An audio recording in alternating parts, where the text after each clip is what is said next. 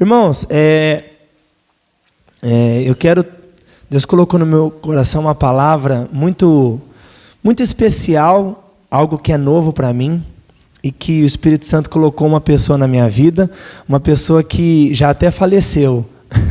Que talvez você pode falar, mas o que é isso? A obra, né? A obra literária de um grande homem de Deus, chamado Derek Prince, em que um dia, quando eu estava num momento de busca a Deus, orando, lendo a palavra, eu senti um desejo de entrar no YouTube para tentar assistir uma mensagem. Mas eu queria algo especial. E Deus me colocou num vídeo de uma pessoa que eu nunca conhecia, que é esse homem que já é falecido. Ele faleceu em 2003 e ele, com quase 90 anos, ele é do século XX, nasceu no século XX, 1900 e alguma coisa. E ele presenciou, ele foi através do exército britânico na Segunda Guerra Mundial, esteve presente ali. E ele é inglês, e teve um grande encontro com Deus dentro do exército, quando ele estava dentro da Segunda Guerra Mundial. O Senhor Jesus manifestou na vida dele, ele lendo a Bíblia sozinho, e ele teve um grande encontro com Deus. E da partir daí Deus fez uma obra muito grande na vida desse homem, e ele dedicou a vida toda ao ministério do ensino da palavra de Deus. Então, o dia que eu caí nesse vídeo foi uma coincidência, mas eu sei que não foi o Espírito Santo. E aí eu vi esse senhor falando, eu falei, eu vou assistir, que eu gosto muito de aprender com pessoas mais velhas, né? Porque eu vejo que os anciãos realmente têm um temor especial de Deus. E ele muito, muito mais velho. E aí eu comecei, aí Deus me deu a graça de comprar alguns livros dele, e é muito tremendo, eu vejo que é algo que eu precisava, amém? Porque o ensino dele é totalmente calcado na Bíblia. E eu estou falando isso porque eu vou trazer uma palavra que muita coisa eu tirei desse entendimento que ele teve, amém? Não tenho vergonha de falar isso, porque às vezes as pessoas aprendem com alguém, mas não quer falar, né? Ele quer... o tal do ego, ele quer mostrar que foi ele que conseguiu, mas ninguém consegue nada sozinho. Ainda que você aprendeu sozinho com a Bíblia, foi o Espírito Santo que te revelou, então também não foi sozinho, amém? Teve o Espírito Santo que ensinou a você, amém? E é algo muito lindo, em que eu estou, né, o Espírito Santo está me fazendo entender através desses estudos, que o quão poderoso é a cruz de Cristo. E eu ministrei uma parte na quinta-feira sobre a cruz de Cristo, falando sobre os inimigos da cruz de Cristo, algo muito lindo, que falou comigo. Tudo que eu estou ministrando aqui é algo que falou comigo, amém? Algo muito lindo. E eu tenho aprendido ali, juntamente com a obra dele, a Bíblia, obviamente, o Espírito Santo, que tem aquilo que Jesus fez por mim na cruz e aquilo que Jesus quer fazer em mim. É diferente. Aquilo que ele fez por mim se trata da salvação, mas aquilo que ele quer fazer em mim através da cruz é algo que ele quer mudar dentro de mim e dentro de você. E às vezes a gente não toma posse disso, ou porque não sabe, ou se sabe, é impedido de fazer por causa de quem? De nós mesmos. Eu vou falar uma coisa para vocês para começar. O único inimigo que pode atrapalhar você, para que Deus aperfeiçoe a obra dele, que foi consumada na cruz, mas essa obra, que impeça essa obra de aperfeiçoamento em você, o inimigo maior é você mesmo. Somos nós mesmos, é o que a Bíblia vai chamar de o velho homem, ou a carne, que são os desejos do velho homem.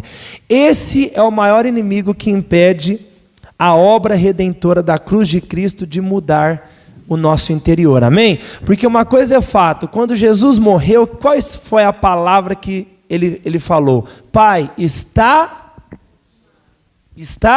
consumado. Quando Jesus fala que está consumado, ele não estava brincando. Quer dizer, está tudo perfeito. Eu acabei a obra que o Senhor me entregou, Pai. Está consumado.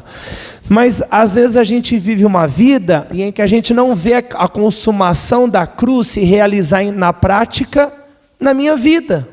E aí você tem que começar a questionar, se Jesus falou que está consumado, por que eu não estou vivendo essa consumação da cruz? Por que eu não estou vivendo essa perfeição da obra de Cristo na cruz? Não é uma pergunta válida?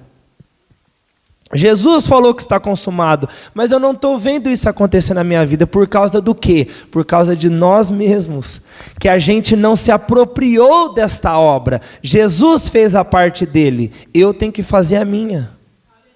Fale comigo isso, Jesus fez a parte dele, eu tenho que fazer a minha. Então, como é que eu me aproprio da obra de Cristo na cruz? Eu vou falar um pouquinho disso hoje. É muito pouco, porque a gente tem um tempo pequeno e a gente não gosta de extrapolar para não cansar as pessoas. E eu vou falar de assuntos, ao meu ver, muito, muito importantes. Se você tiver condição, anota, porque são coisas valiosas. Eu vou falar sobre 5 livramentos que a cruz proporcionou para mim. Os 5 livramentos da cruz em mim. Só que esses livramentos só vai se fazer presente na sua vida se você entrar pelo caminho da palavra que eu vou ministrar. Senão esses livramentos vão continuar disponíveis, mas você não vai poder acessar esses livramentos. Quem está entendendo? Tudo está consumado, mas para eu tomar posse dessa consumação eu preciso fazer algo. E vou falar somente de 5 livramentos. Os 5 estão no livro de Gálatas, na carta aos Gálatas. Os 5 está aqui. Gálatas capítulo 1. Eu vou ser o mais objetivo possível. Eu quero transmitir a palavra que o Senhor Jesus falou ao meu coração. E o Espírito Santo falou muito forte no meu coração nesse ponto. Os 5 livramentos da cruz em mim. E isso, irmãos, é tão atual que quando eu lia e estudava isso na Bíblia, parece que o apóstolo Paulo escreveu para a igreja de hoje, mas ele escreveu para a igreja daquela época. Significa o quê? Que o diabo continua atuando nas mesmas áreas, não importa qual seja a era, qual seja a época, qual seja o ano. Se é 1000 depois de Cristo, se é 1500, se é 20 anos depois de Cristo, ou agora, 2022 anos depois de Cristo, o diabo não mudou as armas. Ele só vai modernizando as ferramentas que ele trabalha, mas a atuação de Satanás continua a mesma. E muitos de nós, infelizmente, aceitamos, né? E somos vencidos por Satanás nessas mesmas armas. Mas isso abriu minha mente, espero que abra a sua, fique bastante atento. 5 livramentos, quais são eles? Eu vou falar. O livramento do século mau, o livramento do ego e da lei, o livramento da carne e o livramento do mundo. Vou falar de novo. O livramento do século mau, eu vou passar um por um depois. O livramento do ego e da lei, já são 3. O livramento da carne, 4. E o livramento do mundo, 5. E esses 5 livramentos, quem proporcionou? A cruz de Cristo. Todos foi a cruz de Cristo que me proporcionou esses livramentos. Mas eu tenho que fazer algo para poder esses livramentos entrar como prática na minha vida. É o que eu vou falar, amém? Livramento do século mau, Gálatas 1. Apenas o versículo 3 e 4. Graça e paz da parte de Deus Pai e da de nosso Senhor Jesus Cristo, o qual, vai falar de Jesus, se deu a si mesmo por nossos pecados. Onde? Na cruz, para nos livrar, olha lá, do presente século mau, segundo a vontade de Deus nosso Pai. Eu tenho aprendido que existem 2 palavras no grego em que o Novo Testamento foi escrito, que é representado e às vezes é traduzido por mundo. Tem traduções que essa palavra está correta a ser traduzida por mundo, mas tem uma palavra que o correto é ser traduzido por século, que é a palavra que o apóstolo Paulo usou aqui. Mas na tradução, às vezes, onde acontece essa perca aí.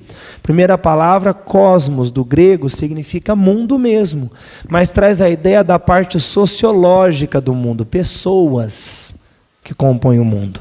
E tem uma outra palavra grego chamada aeon, que tem que ser traduzido por século. O que é isso? É um momento, é um espaço de tempo, ou mais precisamente, uma geração que engloba mais ou menos ali 100 anos, certo? 120 anos de acordo com Deus. Lá em Gênesis 6, Deus fala, eu não vou mais contender com o homem, cansei. Então, a partir de agora, o ano de vida do homem será 120 anos. E de lá para cá, O homem não vive mais que 120 anos. Então, aquelas pessoas que viviam quase 1 milênio, né? É o caso de Matusalém, Noé, e muitos outros antes do dilúvio. Esses homens viveram realmente essa quantidade de tempo. Mas a partir da palavra de Deus em Gênesis 6, em que Deus vai derramar o dilúvio, a partir dali as pessoas não viveram mais essa quantidade de tempo. Amém? Então, século é esse espaço de tempo. E Paulo está falando isso, ó. Jesus nos livrou do presente século mau. Qual que é esse presente século mau? É cada vez que alguém lê essa passagem, é a geração, é o período de tempo em que ele está vivendo. Então, para a gente, qual que é o século mau? É a época que vivemos agora, da época que você nasceu, à época que você morreu, é a época que você vai pertencer a este mundo físico. Então, o diabo, então o apóstolo Paulo está deixando claro que esse século é mau. E quem que é o Deus deste século? Isso é muito claro. O nosso Deus continua sendo Deus, continua, mas o Deus deste século, que é um século temporário, que é um século que tem um espaço de tempo, e esse século vai acabar. O Deus dele é Satanás. Então, se o Deus deste século que estamos vivendo é Satanás, o que nós podemos esperar deste século? Tudo o que a gente pode esperar de Satanás. Em 1 João vai retratar Satanás com 4 nomes. Ele é o diabo, ele é Satanás, ele é a antiga serpente e ele é o dragão. E eu entendi por esses 4 nomes que Satanás tem, que é exatamente os 4 ministérios em que ele atua na terra. Ele sempre vai atuar dessas 4 maneiras. Ele é o diabo que vem do grego diabolo, que significa o quê? O caluniador, aquele que calunia, que fala mal, que levanta falso testemunho. E lá na Bíblia, em Apocalipse, fala que todos os dias ele vai até a presença de Deus para querer falar da gente, para querer nos acusar. Só que quando ele chega lá, Deus fala, realmente, ele fez tudo isso mesmo de errado, só que tem um detalhe. O quê? Eu já matei ele. Na pessoa de Jesus Cristo. Então ele não deve mais nada. Por isso que Paulo fala, toda dívida, toda cédula que era contra nós, foi cravado na cruz de Cristo. Então quando Satanás vai perante Deus, tentar acusar você e a mim, Deus fala para ele, eu já sentenciei esse homem, na pessoa do meu filho, Jesus. Então você não pode aceitar a acusação desse diabo. Você entende como é forte quando alguém faz o papel do diabo? Toda pessoa que calunia e que sai por aí acusando as pessoas e falando de você, ele está fazendo exatamente um dos ministérios de Satanás. Diabo, aquele que acusa. Mas ele também é Satanás, que significa um oponente de guerra, que está sempre resistindo e guerreando contra nós. Satanás traz esse significado, um oponente de guerra. E é por isso que ele está sempre lutando, como um guerreiro, com armas e muitas armas, contra eu e você.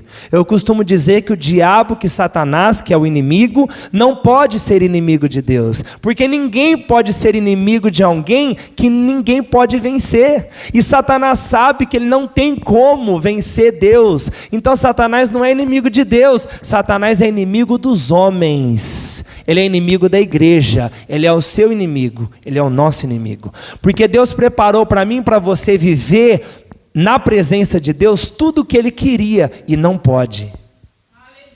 Você tem que entender isso.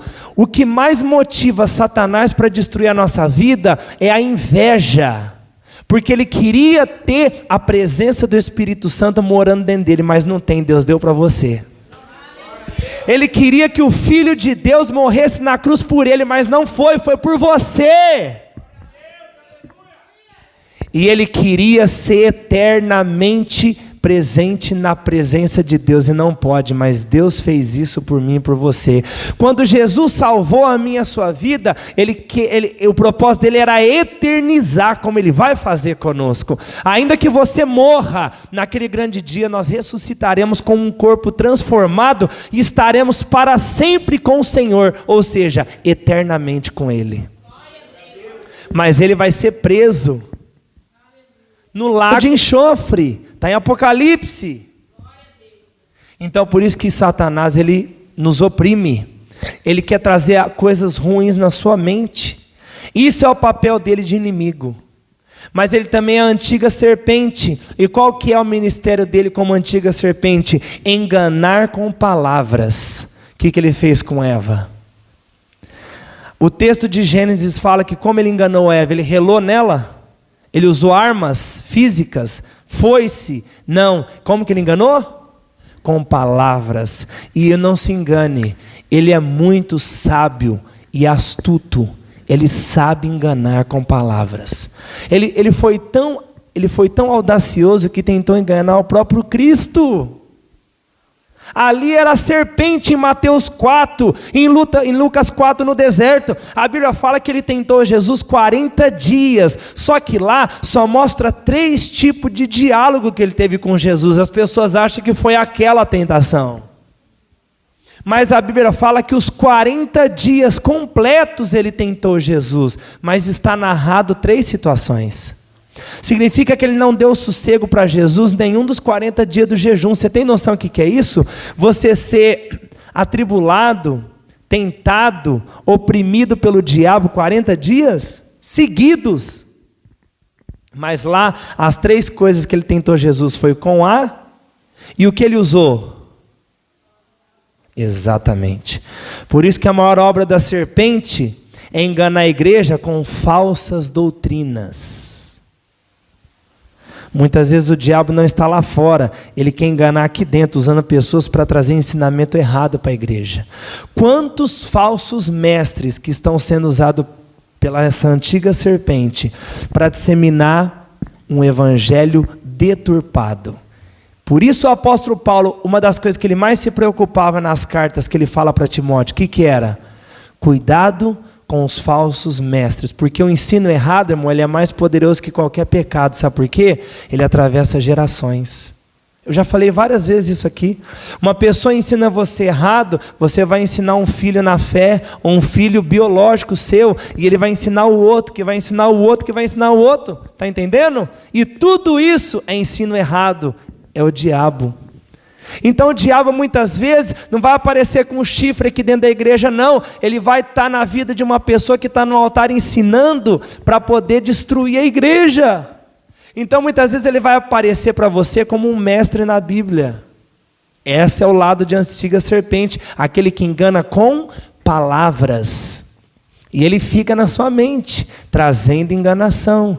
Não, isso que o pastor ensinou é tudo mentira, sai disso.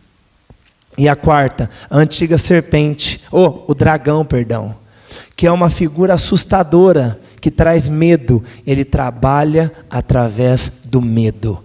Quantas pessoas o diabo tem escravizado no medo, através da depressão, do espírito de pânico, do pânico, pessoas que querem se suicidar. Tudo isso é Satanás. A Bíblia vai falar que o medo é um espírito. Então, aprenda algo, tudo que traz medo não é de Deus, é o diabo na figura do dragão. Então ele atua nessas 4 áreas, amém? E então todas essas áreas ele atua agora, neste presente século mal. E o que eu acho mais incrível, uma das coisas que ele tem mais cegado as pessoas deste século, é o que está em Mateus 13, 22. Vai comigo, mas se você puder deixar Gálatas marcado, toda hora eu vou voltar lá, para falar do outro livramento que está os 5 lá, tá bom? Mateus capítulo 13, versículo 22. Eu preciso levar você até esses textos para você ver como é tremendo. Mateus 13, 22, todo mundo conhece, eu acredito, é a parábola do semeador. Olha o que este século e este mundo pode trazer para a gente. Agora que eu achei interessante, como essa tradução original do grego vai iluminar a sua mente como iluminou a minha. A maioria das traduções em Mateus 13, 22 está assim, ó: e o que foi semeado entre espinhos é o que ouve a palavra, mas os cuidados deste mundo. A maioria da Bíblia não está assim? Mas a tradução correta é os cuidados deste século. Que a palavra aqui não é cosmos, que é mundo, a palavra aqui é aeon, que é século, que é o mesmo século de que Paulo está falando. Então qual que é a estratégia deste século? A sedução das riquezas sufocam a palavra e fica infrutífera. Meu irmão, as riquezas e todos os cuidados e prazeres desse século têm cegado as pessoas de entender e de receber o que a cruz de Cristo quer fazer em você. O diabo, olha a estratégia dele hoje, ele coloca na tua cabeça que se você não tiver uma casa própria, não tem mais jeito para você, tem que ser nessa vida e tem que ser agora. Ele coloca na tua cabeça que se você não tiver aquele carro assim, você não vai ser feliz, você vai ser uma pessoa incompleta. Ele coloca na tua cabeça que se você não ganhar 5, 10, 20 mil reais por mês, sua vida não vai ter sentido. E o que ele está fazendo com isso? Ele está trazendo para você uma mentira, dizendo que tudo que o dinheiro pode comprar vai te trazer felicidade, e é mentira. Porque se fosse assim, todos os ricos e milionários eram as pessoas mais felizes do mundo. Então me explica como é que aquele ator famoso de Hollywood chamado Robin Williams, um grande comediante que fez milhares de filmes, se suicidou. Me explica então como é aquele ator também de Hollywood chamado Heath Ledger, que fez o Coringa do Batman, daquele filme Batman, em que o Coringa explode um hospital, não lembro agora, é o Cavaleiro das Trevas, eu acho que é o termo, o nome do filme, e o filme lançou com ele já morto. Fizeram até uma memória póstuma para aquele ator. Aquele cara que fez o Coringa se matou com um remédio dentro de um quarto até ter overdose. Essas pessoas eram ricas? Muito. Tinham fama, tinham sucesso terreno, mas eram felizes? Essa é a mentira de Satanás. Porque eu posso te falar uma coisa, irmão, Jesus não quer que você seja um miserável, um pobre que mora na sarjeta. Não vai deturpar o que eu estou pregando. Só que o diabo, ele quer cegar você para achar que é aí que está a tua felicidade, mas é mentira. A nossa felicidade é servir a Cristo com fervor, com inteireza de coração, e a maior alegria é aguardar a volta de Jesus para buscar a sua igreja. Isso não pode morrer, só que todas essas alegrias são futuras, para viver onde? Na eternidade. Uma outra coisa que você tem que pensar, tudo que tem na terra, que você pode enxergar, é passageiro ou é eterno? Passageiro. Então como é que você pode acreditar que algo passageiro pode te trazer alegria eterna? Tem lógica? Então fala comigo, tudo que é passageiro só pode trazer alegria passageira, mas Deus quer te trazer alegria eterna. Está entendendo? E o diabo está nos enganando. Eu, em alguns momentos da minha vida, me vi sendo enganado por isso. Atribulado com coisas de dinheiro, querendo montar mais negócios, querendo fazer mais coisas para ganhar mais. No início, o meu coração era bom, queria dar um padrão de vida melhor para minha família, mas depois, onde foi que eu me encontrei? Escravo do trabalho. E aí eu falei, Satanás, seu sujo, você me enganou, mas você me enganou até aqui. Agora eu vou parar com isso. E hoje a minha vida é o seguinte, o que o Senhor quiser confiar na minha mão de bens materiais, eu estou pronto para receber, se Ele julga que eu sou capaz de administrar com cautela e sem sair da presença dEle. Mas o que Ele não quiser me dar, eu não vou me matar correndo atrás, porque eu quero alegria eterna. Eu tomei essa decisão. E é Deus que vai me manter. Não deixa o diabo te enganar também nisso. E olha o que essa miséria do século mal, dos prazeres deste século, não é mundo, é século, dessa geração. E as riquezas fazem, elas fazem a palavra que é ministrada aqui, não frutificar no teu coração. Por quê? Porque aqui é ministrado para você coisas eternas, mas você está cego pelas coisas passageiras. E aí você não deixa essa mensagem entrar no teu coração e frutificar. Olha lá, ó, a palavra fica infrutífera. E esse presente século mal, o papel dele é o quê? Fazer como um espinho.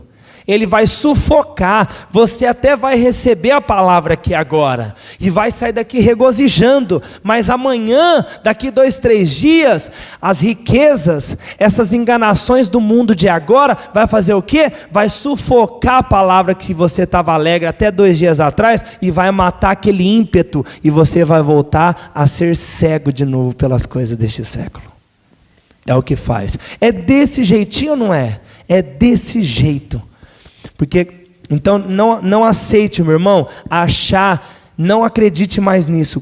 Coisas passageiras não pode trazer alegria eterna. Somente coisas eternas que traz alegria eterna. Preste atenção nisso, não esqueça disso. A cruz também me livrou do ego e da lei. Esses dois andam junto, por isso que eu coloquei os dois num tópico só. Pode perceber, toda igreja que quer viver pela lei, que aquele monte de regra, é a igreja de mais pessoas orgulhosas que tem. Pode reparar, os irmãos que estão me assistindo aqui pela internet, pode ficar bravo o que for, mas se você pertence a uma igreja dessa, amém.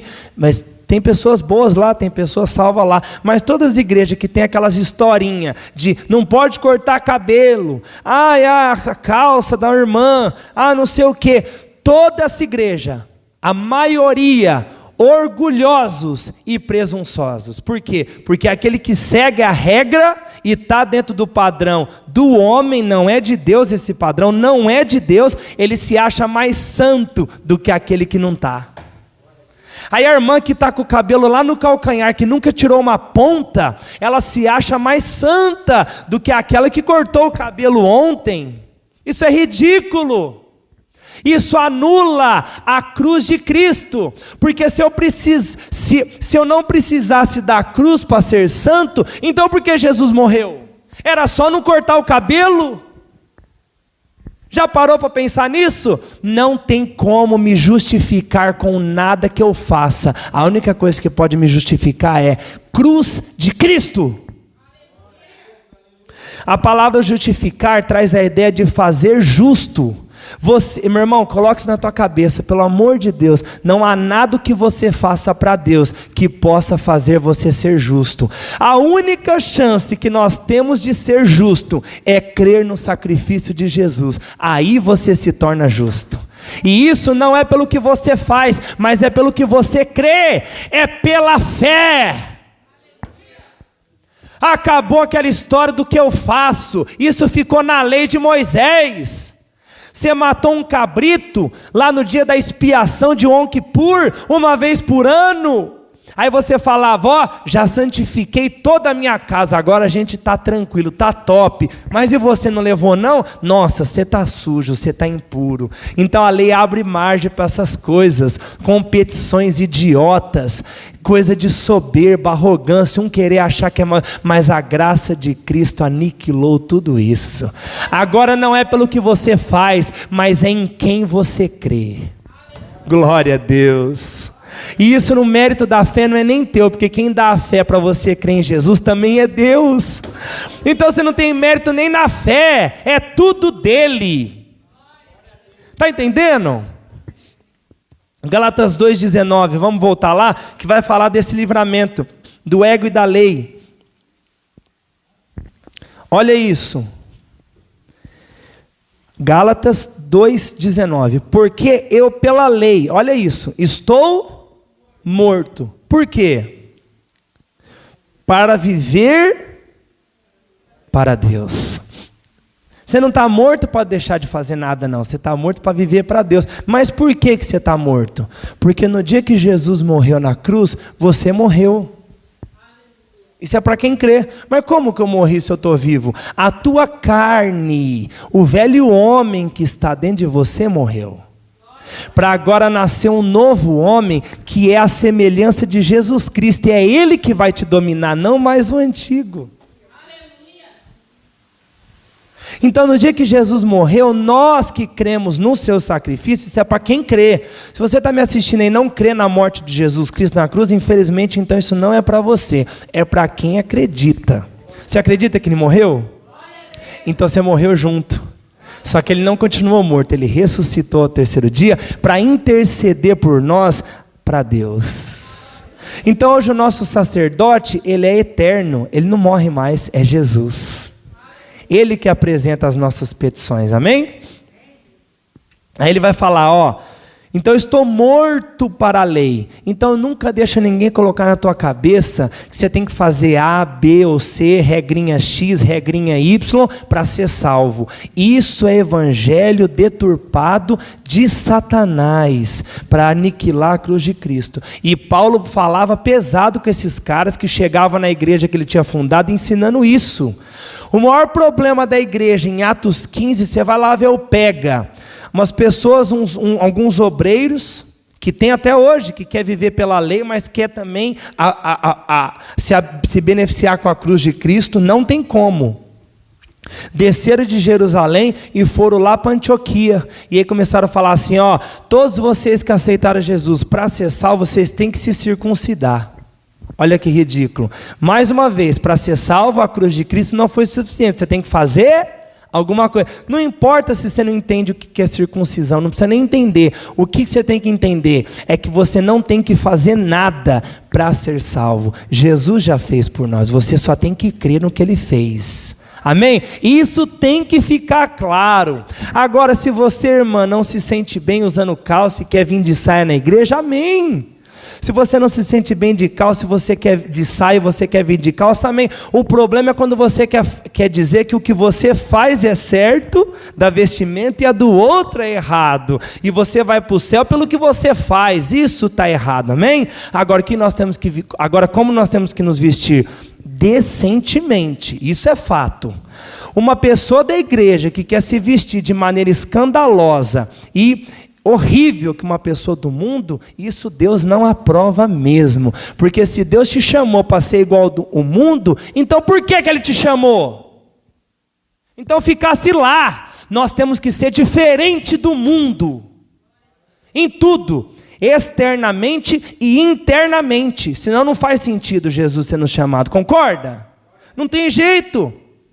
Então ele vai falar no 20, ó, já estou crucificado com Cristo. Paulo cria nisso. Mas quem estava crucificado com Cristo? Fala, o velho, o homem. Não é o corpo físico que ele está dizendo. Amém? O corpo nosso não foi crucificado, meu Deus, está aqui. É o velho homem, os desejos da carne. Agora, ó, e vivo agora, não mais eu. Ou seja, fala, ego. Não é mais o que você quer fazer. Agora é o que quem quer fazer. Mas Cristo vive em mim. Olha lá, ó. E a vida que agora eu vivo na carne, no corpo, eu vivo na fé do Filho de Deus. Eu não quero mais fazer as coisas daqui, eu quero as coisas do céu. Olha lá, ó. O qual me amou e se entregou a si mesmo por mim.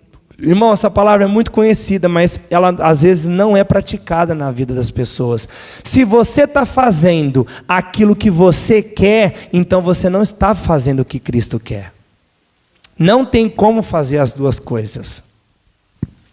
A plenitude espiritual que Deus quer nos levar é que o que você for fazer é da vontade de Deus, por isso você vai fazer. Se não é, você não vai fazer. Se não, isso é mentira. Paulo está dizendo que agora quem vivia nele, Cristo, significa que Paulo não dava um passo sem que ele soubesse de Cristo, se era para ele dar um passo. Você fala, mas é desse jeito mesmo? É desse jeito mesmo. Aí olha para a sua vida se parece com isso? Se a resposta é não, então você não crucificou a sua carne, você só falou da boca para fora. Lá em Atos tem um versículo, eu não vou lá por causa do tempo. Paulo fala que eles queriam ir para a Bitínia, mas o Espírito de Cristo, é o Espírito Santo, não permitiu. Então eles foram para outro lugar. Isso é Cristo viver em você.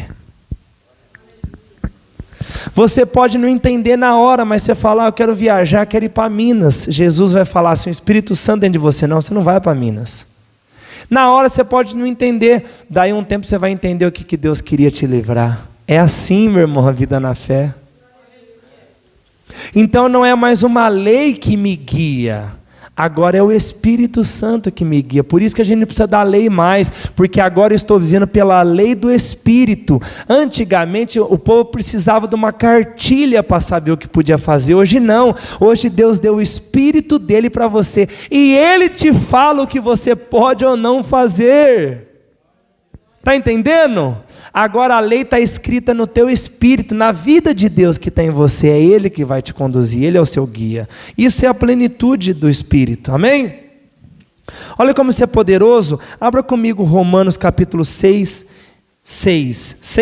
de Romanos, para você ver como isso é verdade. Ainda estou no tópico do ego e da lei. Romanos 6. Olha lá, ó. Eu vou ler, mas o irmão que não achou pode vir, porque eu não quero ser muito prolongado, né? Sabendo isso, Romanos 6, que o nosso velho homem, olha lá, ó, foi com ele crucificado, para que o corpo do pecado seja desfeito, a fim de que não sirvamos mais o pecado. Meu irmão, não adianta. Se você aceitou Jesus, recebeu o Espírito Santo na hora que você aceitou Jesus, mesmo que não seja batizado nas águas, e você ainda está servindo ao pecado, você não crucificou a sua carne. Isso é possível, pastor? É possível. Eu estou para te falar que a maioria da igreja hoje, ela já nasceu de novo, até foi batizado nas águas, mas ela ainda serve ao pecado. Por quê? Porque ela não crucificou a carne. E nós vamos chegar no próximo tópico como eu faço isso. Mas eu preciso entender isso. Agora eu quero falar sobre ser guiado pelo Espírito Santo, que eu já falei por cima. Romanos mesmo, 8,14. Olha que tremendo isso. Isso aqui foi um entendimento tão poderoso que eu tive, que eu não entendi esse versículo. Não tenho vergonha de falar, eu não entendia. Romanos 8,14, ó. Porque todos, olha esse pronome todos, deixa alguém de fora? Então olha só, porque todos os que são guiados pelo Espírito de Deus, esses são filhos de Deus. Aí eu perguntava, meu Deus, eu não sou guiado pelo Espírito Santo de Deus a todo momento, porque quantas coisas erradas que você fez, aí você vai me falar que foi o Espírito Santo que guiou você para fazer o errado? Foi? Não! Então se não foi o Espírito Santo que te guiou, foi tua carne, foi o velho homem. Então se não foi o Espírito Santo que me guiou, então eu não sou filho? Isso me perturbava, mas eu posso ser guiado pela carne ainda, e ainda ser filho? Posso, mas eu não entendia o que o grego do original explica. Olha como que é tremendo, quando ele diz de ser guiado pelo Espírito Santo de Deus, é isso mesmo, ele está dizendo uma pessoa que é guiado constantemente, todo dia o Espírito Santo te guia. Então se você ainda está caindo em certas valas do pecado, você não chegou nisso aqui, mas tem como chegar. Só que agora, ó, esses são filhos de Deus. Essa palavra filho que está a chave. Tem duas palavras no grego do Novo Testamento que falam sobre filho. Uma é filho bebê, recém-nascido, e a outra é um filho crescido, e foi essa que foi usada aqui, mas na tradução só é traduzido filho. Então o que ele está dizendo? Para ser um filho maduro na fé, eu tenho que ser guiado todo momento pelo Espírito. Mas e se eu ainda estou fazendo cocôzinho na fralda, que é os erros no pecado no dia a dia? Eu não sou filho, sou, só que sou um filho bebê, que ainda faz coisa errada. Você está entendendo? Porque no momento que você aceitou Jesus e fez a confissão de fé, naquele exato momento, se foi de coração que você falou. Se você falou com a boca e se você creu com o coração, naquele exato momento você nasceu de novo. Não confunda, a gente insiste nesse erro. Quando você foi batizado nas águas, você não nasceu de novo. Você nasceu de novo quando recebeu o Espírito Santo. Só que também não é a mesma coisa de ser batizado e cheio no Espírito. Não é a mesma coisa também. Cada coisa é uma coisa. Quando você aceitou Jesus e fez a confissão de fé, naquele exato momento o Espírito Santo de Deus veio morar dentro de você. Tudo está na Bíblia, só não dá tempo de eu ir lá. No Evangelho de João fala que todos aqueles que creu no Filho de Deus, então Deus lhe deu o poder de serem filhos de Deus. Aí Romanos 10, capítulo 10, versículo 8, também vai falar assim, ó, a saber, se com tua boca confessares e creres com o teu coração que Deus ressuscitou a Jesus dos mortos, serás salvo. E quem vai ser salvo? Quem tem o Espírito Santo. Ah, pastor, mas no momento que eu aceitei Jesus, eu não senti nada. Não sentiu, mas o Espírito Santo entrou em você, mas entrou para morar. Você só não é cheio dele. Qual é a prova de quem é cheio do Espírito Santo? Falar em línguas. E isso é uma prova.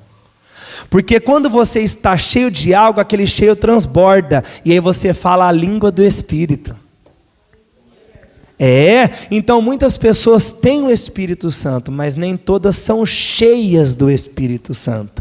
Pastor, eu preciso ser cheio do Espírito Santo para ser salvo? Não, para ser salvo você só precisa ter o Espírito Santo. Mas e por que é bom ser cheio? Porque quando você é cheio do Espírito Santo, você é guiado por ele, e aí você não comete mais equívocos, e quem é cheio vai ter galardão. Quem não é cheio não vai ter. Mas pode ser salvo. Mas você vai se contentar com pouco? Essa é a pergunta. Não. Ou então eu já tenho o Espírito Santo, mas agora eu quero ser cheio. Então o que você tem que fazer? Pagar o preço. É oração, jejum, momento com Deus na palavra. Não tem milagre. Essa é a receita mais velha do universo. Para ser cheio tem que pagar o preço. Está entendendo? Então esse ser filho aqui não é o tipo de filho bebê, amém? É do grego um filho crescido, de 30 anos, por exemplo, que agora é maduro. Então sabe o que Paulo está dizendo? Para você e eu chegarmos à maturidade da fé, só tem um caminho: ser guiado constantemente pelo Espírito Santo. E aí como você descobre que uma pessoa madura na fé? Ele não peca mais. É possível, pastor? É possível. Não é possível você sair do corpo de pecado. Enquanto você está aqui, esse corpo é um corpo de pecado. Por quê? Qual é a prova que o meu corpo físico aqui ele é um corpo de pecado? Porque ele está suscetível à corrupção. E a corrupção é que meu corpo está envelhecendo. E cada dia ele morre um pouco. E a morte tem poder sobre o quê? Sobre o pecado. Então o pecado está aqui? Tá. Agora, a diferença é que eu posso ter o pecado no meu corpo, mas eu não tenho mais o domínio do pecado sobre mim.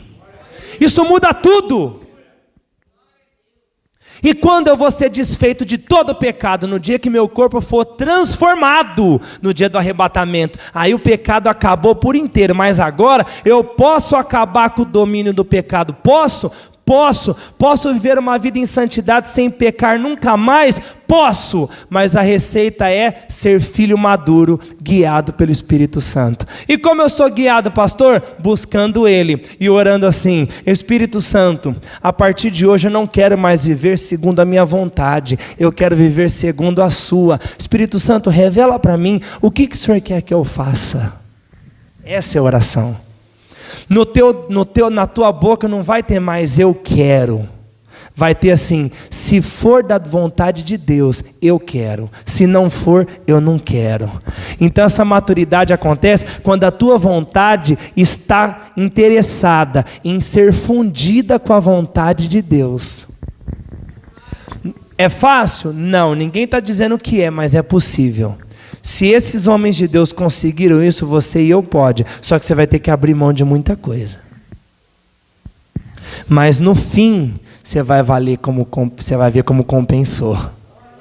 Talvez no início as pessoas vão te chamar de louco. Nossa, mas você está muito radical. Ah, mas você está crente fanático. Isso é um bom sinal, viu? Se começarem a falar isso, é porque você está vivendo a vontade de Deus que quase ninguém mais está vivendo. Aí quando alguém está fazendo algo que quase ninguém está, essa pessoa fica estranha, esquisita. É assim mesmo. Essa é a prova. Entendeu o que é esse filho aqui? Entendeu? Então eu posso ser filho de Deus e ainda cometer pecado? Posso, mas a prova é que eu sou um filho bebê, que ainda sou dominado pelo pecado, mas a vontade de Deus não é que você continue assim. A vontade de Deus é que você progrida, meu irmão, de cada dia, de fé em fé, de graça em graça.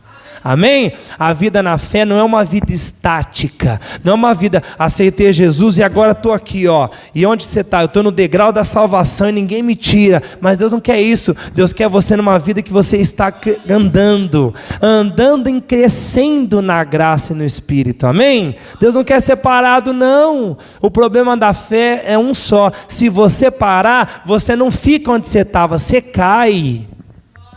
Não tem outro caminho para quem aceitou Jesus, é caminhar o tempo todo em rumo ao autor e consumador da fé. Se você parar, você vai regredir, não tem como você continuar bonzinho e parando. Você vai voltar a ser pior do que um dia você foi, porque o diabo quer fazer isso. Ele não quer aceitar perder você não, está entendendo? Agora, nós também fomos livres da carne. O quarto tópico, Gálatas 5:28, que eu falei que a gente ia ter que voltar toda hora, livre da carne. E aqui está dizendo sobre os desejos, as paixões da carne, amém? 5:24. Gálatas 5:24, ó, e os que são de Cristo crucificaram a carne com suas paixões e concupiscências. A partir do versículo 19 tem as obras da carne que eu não vou ler, mas todo mundo conhece, está aí depois para você meditar na tua casa, é um monte de coisa. Pastor, o que é a carne? Começa a ler do 19 em seguida que você vai ver. Você vai se identificar muito, vai parecer um espelho para você. Não tem como você ler isso aqui e não se identificar com nada. Se você não se identificou, é porque você já está vivendo pelo Espírito maduro, mas você vai lembrar de muitas coisas que você fez dentro disso aqui, ó. Prostituições, tudo que tem a ver com prostituição, tudo que você pensar, de pornografia, homossexualismo, relações de adultério, fornicação, tudo que você pensar, prostituição mesmo, você pagar alguém para poder ter uma relação com você, tudo está dentro da prostituição. Impureza, lascívia, que é um desejo pervertido também, que está relacionado à parte sexual. Idolatria, feitiçaria, aí já vem as obras da carne que tem a ver com o ocultismo, a magia, o espiritismo, tudo a ver com o mundo dos espíritos das trevas. Aí vem aquela outra parte que é a parte de comportamento, inimizade, porfia, emulação, ira, peleja, gente briguenta. Tudo onde vai quer arrumar confusão, entendeu? Isso tem muito, inclusive na igreja. Heresias, invejas, aí vem os vícios, né? Bebedices, glutonaria. Pessoa que bebe e come demais. Você sabe que tudo que eu faço que não é para a glória de Deus é pecado. Até comer eu posso pecar na hora de comer. Se eu como além do que eu preciso, é glutão. Se eu bebo muito mais do que eu tenho que beber, mesmo que não tenha álcool. Em Coríntios capítulo 10, versículo 31, está assim, ó: portanto, quer comais, quer bebais, ou façais qualquer outra coisa, fazei tudo para a glória de Deus. Até para comer e beber tem que ser para a glória de Deus. Você pode pecar comendo e bebendo da maneira errada. E ele continua, ó, não só o que eu como, o que eu bebo, mas e tudo, e ó, ele fala, e qualquer outra coisa, fazei tudo para a glória de Deus. Tudo que eu e você fizermos, que não for para a glória de Deus, é pecado. É assim. Irmãos, tem gente que no culto peca. A igreja de Corinto, quando se reunia para poder participar da ceia do Senhor, o que Paulo falou?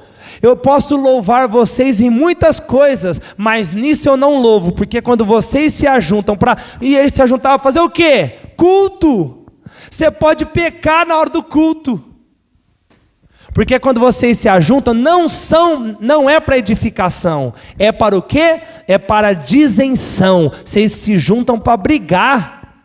Olha isso! Então, meu irmão, tudo, até cultuar a Deus, se você não tomar cuidado, você está pecando. Se não for para a glória de Deus, é pecado. Coloque na tua cabeça, a partir de hoje, você vai fazer alguma coisa, pensa, é para a glória de Deus? Não, não vai glorificar, então não vou fazer. É assim. Não pergunta para o pastor não, você tem o Espírito Santo, pergunta para ele. Amém? Você tem ou não tem? Amém ou não? Então está muito claro. Eu tenho que, meu irmão, olha lá, ó, os que são de Cristo crucificaram a carne. Meu irmão, para você ser de Cristo, você tem que crucificar a carne. Olha lá, ó, com as suas paixões, desejos e concupiscências. Concupiscências traz a ideia da tradução de desejos maliciosos. Tudo que é desejo que é malicioso, você tem que crucificar. E como eu crucifico? Não praticando. Uma pessoa que está crucificada consegue beber álcool, se drogar? Uma pessoa crucificada consegue se prostituir? É isso que você tem que pensar. Uma pessoa crucificada está presa, ela não vai. Você tem que entender uma coisa: não tem remédio para o velho homem. Deus é poderoso? Mas não quis mexer com o velho homem. Deus não quis usar todo o poder dele para consertar o velho homem que está em você, nem em mim. Sabe o que ele fez? Só tem uma receita: é matar. Ou você executa o velho homem, que é os desejos impuros que está aí dentro, ou você nunca vai viver em paz na presença de Deus. Vai ser uma vida de altos e baixos, remorso, pede perdão, faz de novo, pede perdão, faz de novo, pede perdão, faz de novo. Isso é pessoas que estão sendo vencidas constantemente pelos desejos. Ou você mata ele, ou não tem remédio para ele. Qual foi o remédio? Deus fazia nascer em você um novo homem.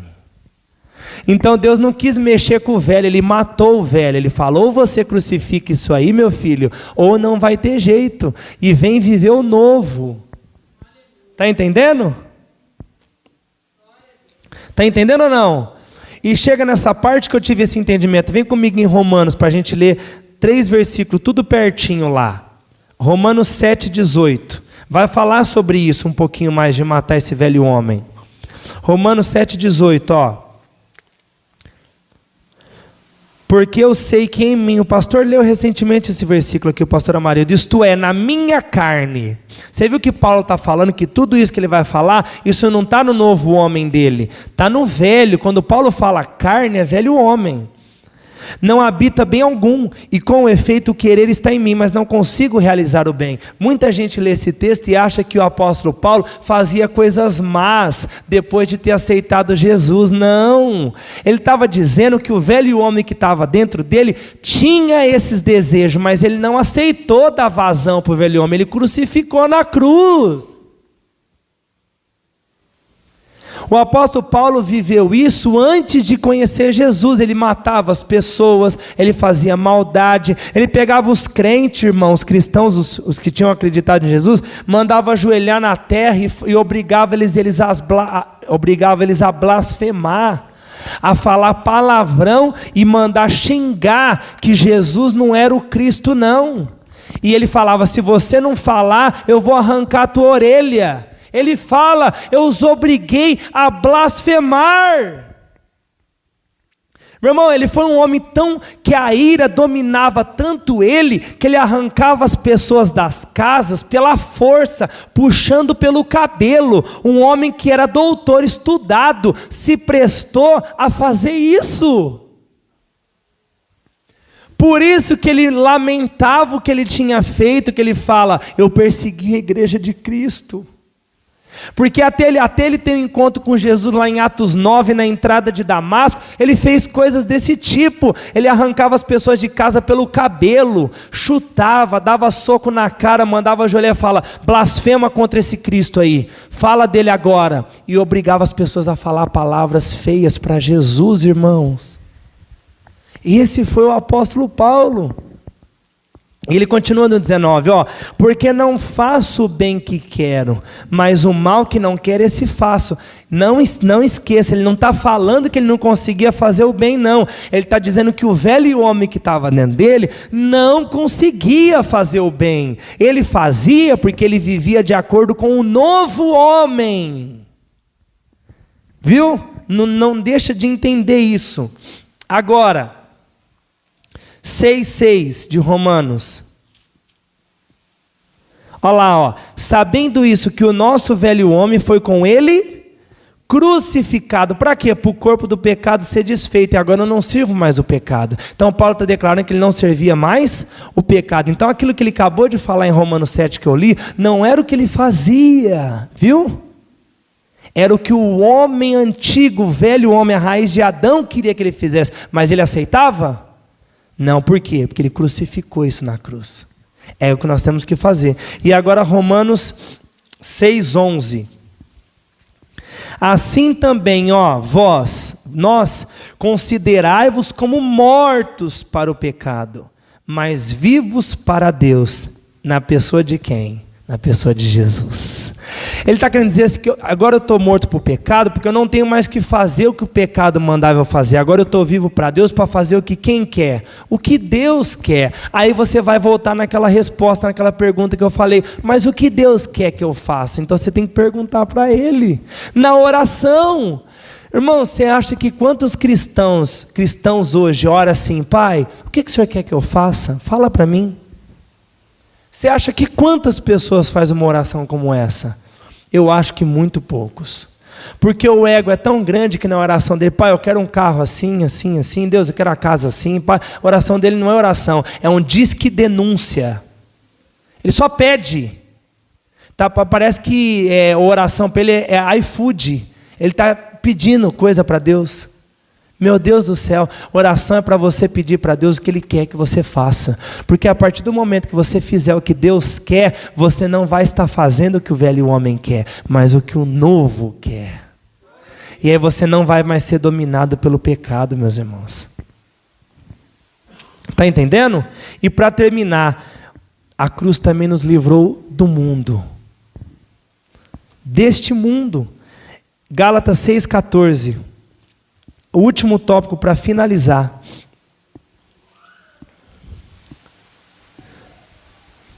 Gálatas 6,14. Mas longe esteja de mim gloriar-me. Então Paulo fala, eu não posso me gloriar. Eu não posso, o orgulho não pode ter lugar em mim. Ele está falando de orgulho. Você sabe que eu comentei na quinta-feira aqui, né, sobre o orgulho. 2 pessoas para você refletir sobre o quão perigoso é esse pecado. Você sabe que a gente não tolera o bêbado, né? A gente não tolera às vezes o viciado, em qualquer que seja o vício. A gente não tolera o homossexual, que são pecados, todos pecados. A gente não tolera o adúltero. A gente olha, nossa, ele fez isso. Mas a gente tolera o orgulhoso. Chama ele para comer dentro de casa, põe ele sentado na cadeira e come com a gente. Mas segundo a Bíblia, o pecado mais perigoso, que deu origem a todos os outros, a raiz de todo pecado, é o orgulho. Mas às vezes o orgulho a gente tolera. Inclusive o nosso. 2 pessoas para aprender sobre orgulho. Lúcifer e Jesus. Lúcifer não era homem não. Lúcifer era um anjo, querubim criado por Deus. Deixou o orgulho se achar dentro dele. Caiu. Por quê? Porque o orgulho fez ele querer uma posição de igualdade com Deus. E Deus nunca disse que ele seria igual a ele. Mas ele estava com uma posição maravilhosa já no céu. Era querubim ungido. Mas desejou algo que não era seu e caiu. O que aconteceu? Orgulho. Fala que ele era bonito, de esplendor, cheio de sabedoria. Mas se achou a iniquidade nele, o orgulho. Caiu. Agora olha Jesus. Jesus não era querubim não, viu? Jesus era Deus, mas aceitou vir, nascer como homem, ser humilhado e humilhado em morte, morte de cruz. Então olha o contrário do orgulho, foi a humilhação. Agora olha o fim de Jesus, acabou na humilhação? Não, aí Paulo fala em Filipenses capítulo 1. E Deus o exaltou soberanamente e lhe deu um nome que é sobre todo nome, para que toda língua e joelho confesse que ele é o Rei dos Reis, para a glória e tudo sempre. Então qual é o melhor caminho? O orgulho ou a humilhação? Só que tem uma coisa, você não pode orar pedindo para Deus fazer você humilde. Deus nunca vai te fazer humilde. Você tem que se humilhar. Você se faz humilde. Aí Deus pega e faz o papel dele. Ele te exalta. Porque a Bíblia fala que ele resiste ao soberbo, mas exalta os humildes. Então muitas pessoas não são atendidas por Deus, não é porque está orando errado não, é porque é soberbo e Deus vai te resistir. Adivinha quem vai ganhar essa luta de braço? Você e Deus, quem ganha? Então se Deus escolheu te resistir, você nunca vai ganhar. Então teu papel é o quê? Boca no pó, vai para o jejum, se humilha, e aí depois você ora, aí ele pode te ouvir. Então Deus não vai fazer ninguém ser humilde, você tem que se fazer humilde, isso é papel teu. O papel de Deus é te exaltar, depois que você se tornou humilde. Então olha lá Paulo, ó, longe de mim me gloriar. Olha onde ele gloriava, a não ser na cruz do nosso Senhor Jesus. Nosso orgulho tem que ser na cruz, não é em nós. Está vendo a diferença? Pelo qual o mundo está crucificado para mim e eu para o mundo. Olha isso. Aqui é mundo mesmo, aqui é cosmos, é as pessoas que compõem o mundo. Olha isso, ó. Eu estou crucificado para o mundo e o mundo está crucificado para mim. Fala uma coisa para mim, uma pessoa crucificada é algo atraente? É algo bonito? Então quando o mundo olhar para você, não tem que ver nada atraente, tem que ver algo esquisito, feio, porque alguém crucificado não é bonito, e aí o mundo vai falar assim, meu Deus. Então o mundo tem que ver em nós o quê? Fala comigo, diferença. A partir do momento que o mundo vê igualdade em nós, acabou o propósito da igreja. O propósito da igreja não é ser igual ao mundo. E isso aqui, meu irmão, está atolado dentro das igrejas. As casas de show têm fundo preto, as igrejas também. As casas de show e as boates e as casas noturnas da vida, os caras têm balada, aí inventaram também balada gospel. O que a igreja está fazendo? Ela está sendo igual ao mundo. Aí agora a igreja perdeu o maior atrativo que ela tinha, que era ser diferente do mundo. Por isso que o mundo não quer mais vir para a igreja, porque a igreja de lá é igual, então fica aqui mesmo. As pessoas querem uma mudança de vida, porque elas querem uma vida diferente, não quer uma vida igual. A partir do momento que a igreja ficar igual ao mundo, acabou a igreja. Abre um versículo, João 15, 18. Alguém lê para mim? Por favor, 15, 18 e 19.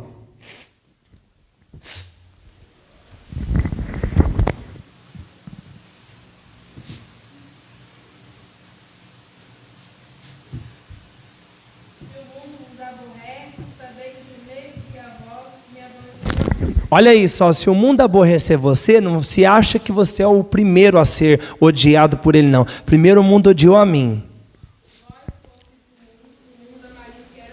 Olha isso, presta atenção, irmão, isso é muito sério. Se você fosse do mundo, ou seja, se você fosse igual ao mundo, se você tivesse as práticas do mundo, o mundo te amaria. Meu irmão, eu vou falar um negócio que pode ser forte, mas se o mundo começar a nos amar, é motivo da gente se preocupar.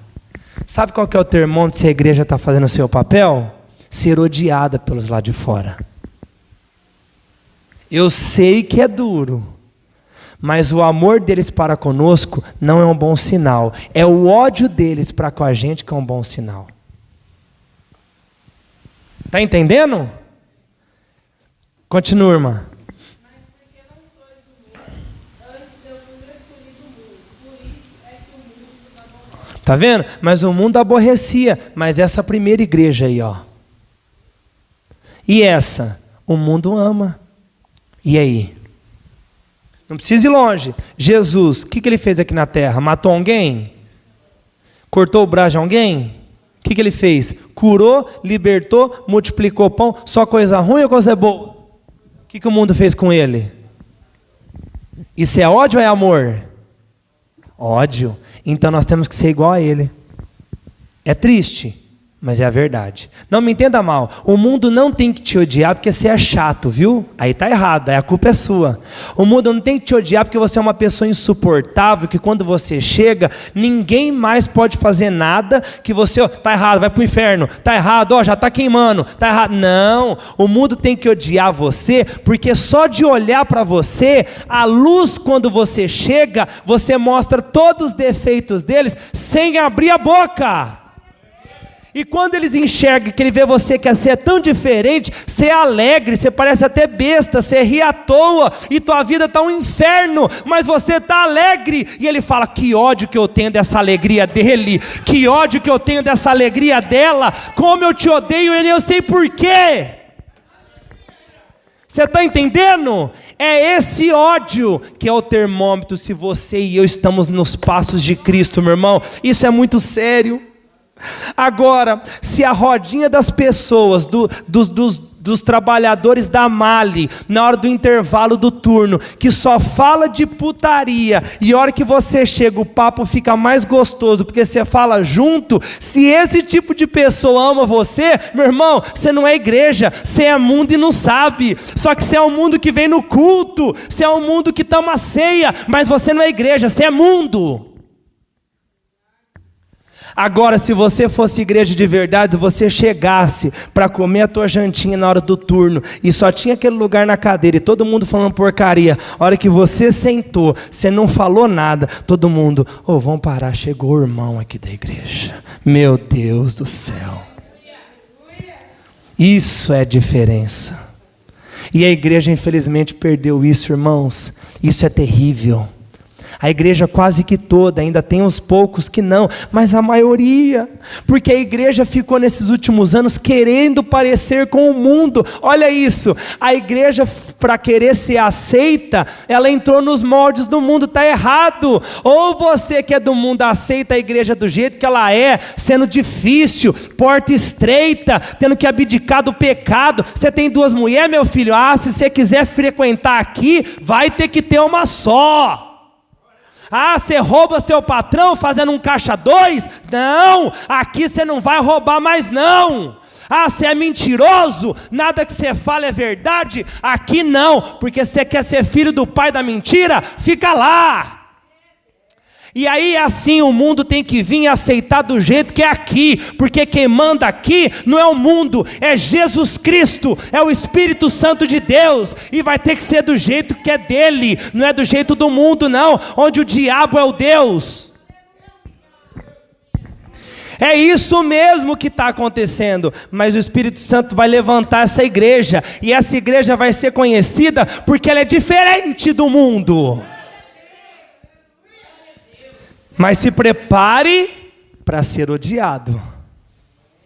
Olha o início da igreja em Atos, capítulo 3. Não tenho prata nem ouro, mas o que eu tenho te dou. Isso, levanta-te e anda. Ele não levantou. Paulo pegou ele pela mão e puxou. Aí sim, os pés do cara apareceu. Porque ela fala que ele era leso dos pés. Sabe o que é leso dos pés? Ele não tinha o pé. No lugar do pé com 5 dedos, ele tinha um toco, como se tivesse sido amputado. Sabe o que aconteceu naquela hora? Muita gente não entende até hoje. Apareceu 2 pés, novo no cara. É um milagre que aconteceu em Atos 3. Aí em Atos 4, qual foi a recompensa? Cadeia. Está lá, cadeia. O que é isso? Fala comigo. Odiados pelo mundo. Aí a hora que foram julgar eles, não tem o que a gente fazer com esses caras. É nítido que eles curou um homem que desde o ventre não tinha os 2 pés. E agora Jerusalém todo só fala nisso. E o pior é que os malditos falou em nome de Jesus. E agora todo mundo está acreditando que esse tal de Jesus foi mesmo que curou esse cara. Aí foram soltar os 2, Pedro e João, e falaram assim, nós vamos soltar vocês, mas se vocês voltar a falar nesse nome, nós vamos prender de novo. Aí eles falaram assim, o que nos importa mais, ouvir a Deus ou aos homens? Resumindo, Deus não mandou parar de pregar sobre Jesus, então o que vocês falam não tem importância, nós vamos continuar obedecendo aquele. Eu não vou ouvir o que o mundo está mandando não, eu vou ouvir o que Jesus mandou. Ide por todo mundo, pregar o evangelho a toda criatura, todo aquele que crê e for batizado será salvo. e o que não crer será condenado. Então, pode soltar, mas fique sabendo, vamos continuar falando de Jesus. Falou na cara, com toda humildade, mas falou. Aí quando essas duas pessoas que eram da igreja, que na época era odiada pelo mundo, chegou lá na congregação, sabe o que eles fizeram? Eles se alegraram, porque agora eles começaram a viver as mesmas perseguições que o mestre deles viveu. Meu Deus! Se alegrar em ser preso, isso parece coisa de gente que bate bem da cabeça? Não, porque agora você não é mais mundo, a tua razão não é aqui, a tua razão está no Espírito Santo, meu irmão. Isso é o que Deus quer fazer com a gente, mas eu tenho que te orientar, você está preparado para ser odiado pelo mundo? Você tem que estar preparado. Fala assim, ó, ser odiado pelo mundo, mas aprovado por Deus. O que vale mais?